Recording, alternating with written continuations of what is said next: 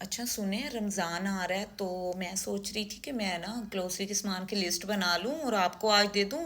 और आप जब ऑफिस से आए तो वापसी पे आप लेते आइएगा। नहीं नहीं, मैं आज ऑफिस से जल्दी आ जाऊंगा तो फिर हम दोनों साथ में चलते हैं। ओके, आप रिलैक्स हैं। यस, और साथ में डिनर भी कर लेंगे। चलें ठीक है, अगर आप कह रहे हैं तो फिर मैं रेडी भी हो जाऊंगी और लिस्ट भी बना लूंगी। चलें, थैंक यू। ਕੁਛ ਸੁਣਦੇ ਪਏ ਹੋ ਜਾਂ ਤੁਹਾਡੇ ਕੰਨਾਂ ਤੇ ਰੂਈਆਂ ਪਾਈਆਂ ਨੇ?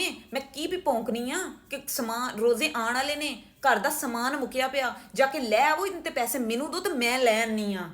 ਉਹ ਦੇ ਦੇਣਾ, ਪੈਸੇ ਦੇ ਦੇਣਾ, ਕਿਉਂ ਮਰਨ ਲੱਗ ਜਾਨੀ ਹੈ? ਇੱਕ ਤੇ ਤੇਰੇ ਖਰਚੇ ਨਹੀਂ ਮੁੱਕਦੇ, ਕਦੀ ਉਹ ਲਿਆ ਦੋ ਤੇ ਕਦੀ ਇਹ ਲਿਆ ਦੋ। ਕੀ ਕਿਹਾ? ਮੇਰੇ ਖਰਚੇ? ਤੇ ਆ ਤੁਹਾਡੀ ਗੰਦੀ ਔਲਾਦ ਉੱਤੇ ਜਿਹੜੇ ਤੂੰ ਆਪ ਖਾਨਾ ਉਹ ਮੇਰੇ ਖਰਚੇ ਨੇ?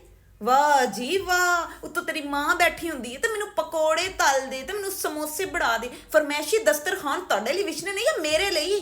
ਮੈਂ ਤਾਂ ਤੁਹਾਡੀ ਗੰਦੀ ਔਲਾਦ ਤੇ ਤੇਰੇ ਘਰ ਵਾਲੇ ਦੇ ਤਰਕ ਪਾਉਣੇ ਸਾਂਭ ਕੇ ਮੈਂ ਆਪਣੀ ਜ਼ਿੰਦਗੀ ਤੋਂ ਤੰਗ ਆ ਗਈ ਆ।